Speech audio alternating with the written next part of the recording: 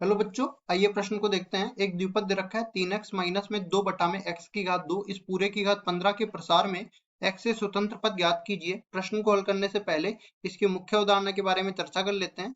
मुख्य अवधारणा तो यहाँ पे देखिए, कोई भी द्विपद दे रखा हो n घात में, उसका प्रसार हमें ज्ञात आना चाहिए। तो a प्लस बी इस पूरे की घात n, इसका प्रसार करते हैं तो ये बराबर हो जाता है n सी 0, a की घात n, b की घात 0। फिर आगे आगे जैसे चलते हैं ना, तो a की घात तो घटती जाती है और b की घात बढ़ती जाती है एक एक करके। इसके अगले पद में n सी 2 जब होगा तब a की घात n माइनस 2 हो जाएगी और b की घात 2 हो जाएगी। और अंतिम पद तक हम चलते रहेंगे और यहाँ पे n सी n जब होगा तब a की घात तो 0 हो जाएगी और b की घात n हो जाएगी। इस तरह से हर एक पद में हम a और b की घातों का योग निकाले तो घात n के बराबर होता है। श्रेणी को देखते हुए अगर इसका व्यापक पद लिखा जाए तो ये किसके बराबर हो जाएगा? एनसीआर एक की घात n माइनस आर और b की घात r। इस तरह से जो है, अगर घात n हो तो श्रेणी में पदों की संख्या n प्लस 1 के बराबर हो जाती है। यहाँ पे देखो, एनसीआर जो है द्विपद गुणांक भी कहलाता है, जिसको हम लोग संचय गुणांक कहते हैं। इसका मतलब होता है कि n वस्तुओं में से r वस्तुओं के चयन के तरीके, और इस तरह से इसको निरूपित करते हैं। फैक्टोरियल n बटा में फैक्टोरियल r गुणा में factorial n minus R. Factorial n जो है या क्रम गुणित n जिसको कहते हैं, ये n और n से छोटी सारी की सारी प्राकृत संख्याओं के गुणनफल को निरूपित करता है यहाँ पे। तो देखिए, अब चलते हैं सवाल में। सवाल में जैसा कि दिया गया है, पहले तो द्विपद को लिख लेते हैं। 3x माइनस में 2 बटा में x की घात 2 इस पूरे की घात हो जाएगी 15 के बराबर।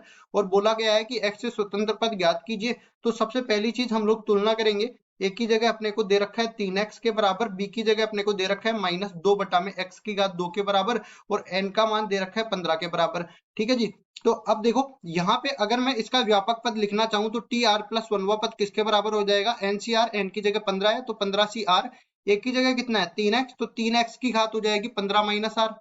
3x की घात 15 माइनस आर। और साथ ही साथ यहाँ पे देखो, b की जगह माइनस 2 बटा एक्स स्क्वायर है तो माइनस 2 बटा एक्स की घात 2 इस पूरे की घात हो जाएगी r के बराबर। इसको आगे सरल कर लेते हैं तो देखो 15 सी आर, 3 की घात 15 माइनस आर अलग रह जाएगी और x की घात 15 माइनस आर अलग चला जाएगा। माइनस 2 की घात r अलग चला जाएगा और x की घात माइनस 2r अलग चला जाएगा। इसी तरह देखो, अचर पदों को तो अलग ले लेते हैं तो 15 सी आर गुणा में 3 की घात 15 माइनस आर और गुणा में माइनस 2 की घात r और गुणा में x की घात, देखो घातों का योगफल हो जाएगा, आधार समान है तो यहाँ पे 15 माइनस में r माइनस में 2r, तो 15 माइनस में 3r बन जाएगा। ये पूरा मान अपने पास व्यापक पद टी आर प्लस 1 के बराबर है, तो टी आर प्लस 1 का मान अपने पास इसके बराबर आ गया। अब देखो, हमें क्या चाहिए? हमें x से स्वतंत्र पद, मतलब कि x की घात 0 जिसमें हो जाए वो पद चाहिए। तो इसकी तुलना करेंगे हम लोग। देखो, प्रश्नानुसार हमें कौन सा पद चाहिए? प्रश्नानुसार जिसमें x की घात 0 बन जाए, और इसको तुलना कर देंगे व्यापक पद की x की घात की,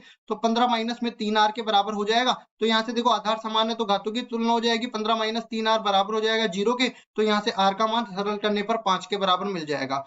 r का मान 5 के बराबर मिल गया तो हमें पद कौन सा निकालना है? t5 प्लस 1, जो कि बराबर हो जाएगा 15 c5, 3 की घात 15 माइनस 5 मतलब 10 के बराबर, और माइनस 2 की घात 5 ये बन जाएगा। इसको आगे हल कर लेते हैं तो t5 प्लस 1 बराबर हो जाएगा, यहाँ पे देखो माइनस 1 की घात विषम है तो माइनस 1 के बाहर आएगा, और इधर कितना बन जाएगा?